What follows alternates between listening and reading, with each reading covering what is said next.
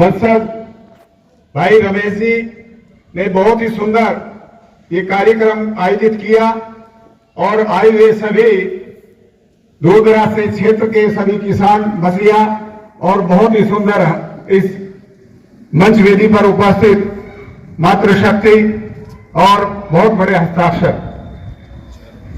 मेरे से पूर्व वक्ताओं ने बहुत ही सुंदर बात कही है, मैं उसको दोहराना नहीं चाहता, आप सभी समझ गए होंगे।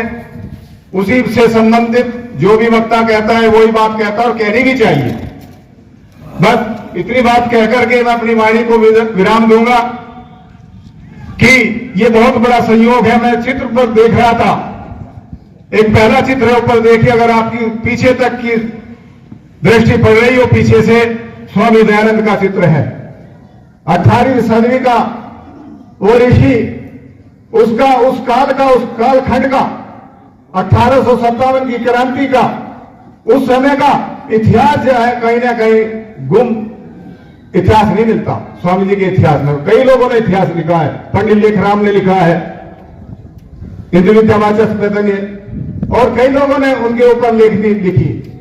तो कहीं ना कहीं स्वामी दयानंद को मैं देखता हूं और यहां की इस मिट्टी में वो सुगंध, वो क्रांति की वो जो कशिश है वो देखने को मिलती है।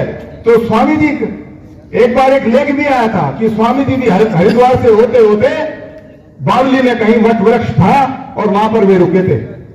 तो कहीं ना कहीं वो ये क्षेत्र रहा होगा और स्वामी दयानंद की प्रेरणा से कहीं ना कहीं वो किसान मसीहा, वो किसान देवता, वो सूरवीर बाबा शाहमल कहीं ना कहीं उनके विचारों से जुड़ा होगा।